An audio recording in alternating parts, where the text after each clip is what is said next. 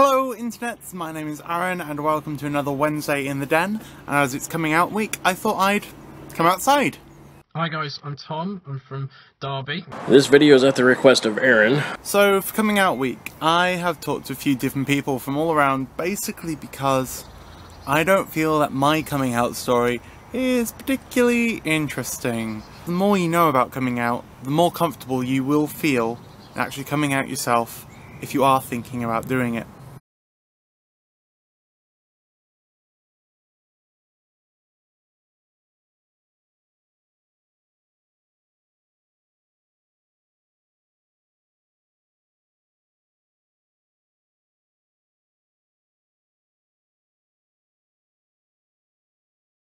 I grew up in very rural areas of the United States. I work for the NHS and I get to save lives every day, which is great. Now the biggest thing to me was coming out to my mum. As you can tell from last week's video, she's very important to me.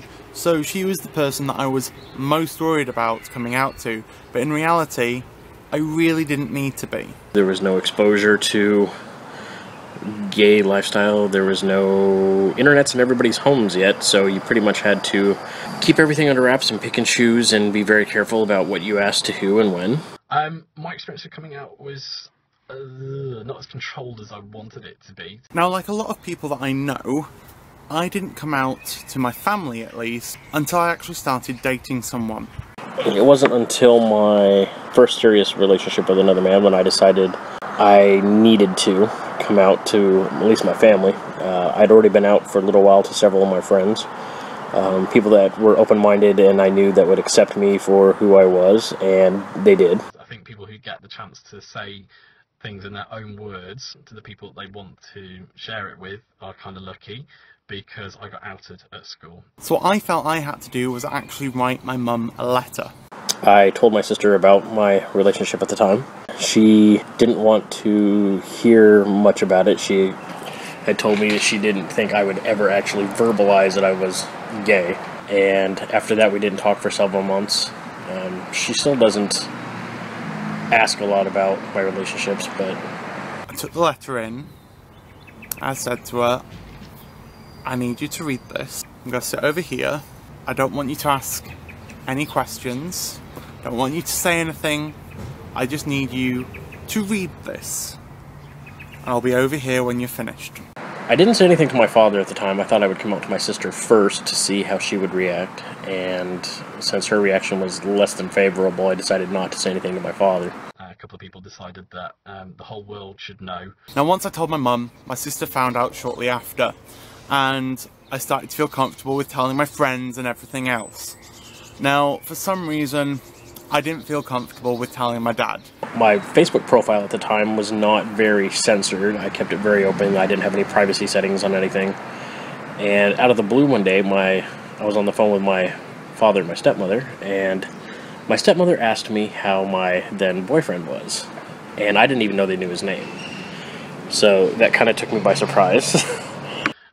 They did me a favour. I didn't have the spine or the guts to do it myself at the time, so I'm kind of glad that they did. They did me a favour, really. She's always said that she kind of knew anyway, and I think that's something that is a common occurrence in all coming out stories.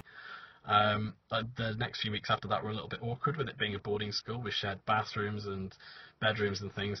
That's right after that is when I went through and changed all my settings on everything so they could only see what I wanted them to see. It's coming out to my dad, a little bit different to my mum, and really it's probably the queeniest I've ever been in my life. But they ask about my current boy and keep up with us regularly and seem genuinely interested, so that's good.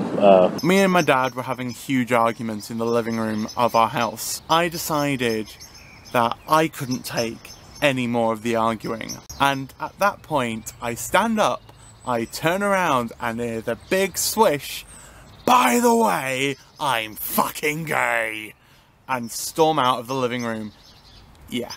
I always pick and choose when it comes to work. You know, if I find that one person who I think is going to be the open-minded one to come out to. And I did the same at my current job. And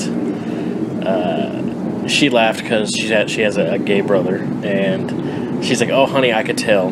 And I'm just like, whatever. Yeah, I did get teased a bit, but I got over it, and nothing's really bothered me since then. Water Trafford Duck's back. All of the people I work with are very supportive.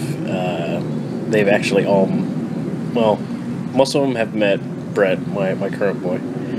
And I've been fairly lucky, all things considering. I know I have some friends who are very religious and close-minded and neither support nor want to know anything or have anything to do with people that are gay, and that's fine, to each their own. Yeah, so there's my story. That was my experience of coming out. Hope you're all well. I'm coming out. I want the world to know. I'm gonna let it show. Now, one of the things that I struggled with when I came out was my religion, because I am a Christian. And you might say, wait, what? You're a Christian and you're a gay man? How can that happen? Well, you know what? It can. I still believe in God. And if you think about it, out of 12 disciples that Jesus had that were all male, one of them must have been gay. One of the things with coming out is that you need to talk to someone. You need to make sure that whatever decision you're making is the right one for you and your situation. The people who are closest to you and the people who are your best friends will accept you no matter what. Okay, so for you guys out there that say that being gay isn't natural, I'd just like to point out that we are not the only species on this planet who has homosexual relationships. Now, there are plenty of people out there that you can talk to. You have counsellors, you have LGBT organisations, you can even talk to us if you really want to. Because I know from where I stand, I'm always here and I'm happy to talk, even if I'm a little bit slow on the reply sometimes. Also, little side note, the male G-spot is in the arse. Now, if one of the ways you're going to find out if you're gay is by actually doing the act, please play safe. And I'm not saying sex is the way to find out if you're gay or not, but some people really do need that black and white, do I like this, do I not? So if that is the way that you're going to do it, use protection, use lube, be safe. So that's it from me this week, guys. I hope you have a good rest of your week. Remember to subscribe downstairs, also like and share our videos. Thank you to the guys who've also contributed to this video this week, and if you do need to talk, you know where we are. Catch you later, Bubba. Bye. Goodbye! Now, before you start all quoting the Bible at me about how gays are wrong and whatever else, I'd like to quote something to you from the Bible. So, Proverbs 6:16 to 19. There are 6 things the Lord hates. There are 7 things he cannot stand. A proud look, a lying tongue, hands that kill innocent people, a mind that thinks up evil plans, feet that are quick to do evil, a witness who lies, and someone who starts an argument among families.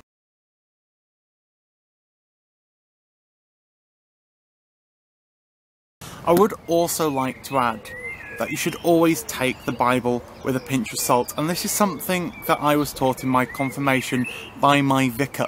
Don't take it purely as read. This isn't the original text that we have in our hands anymore. This is something that has been filtered and rewritten by generations after generations. How can you take a book that still justifies slavery as something that we should live by today? It's a guide, it's words of wisdom. The books within the Bible have been written by several different authors and then have been re-edited so many times over the years. It's all from different perspectives, different times in our lives, and really, it's a text that has grown and evolved through the years, and we should continue to grow and evolve the text so it actually becomes relevant for the modern day. Fuck! It sounds lovely! Why did I say that I was going to come outside to record this?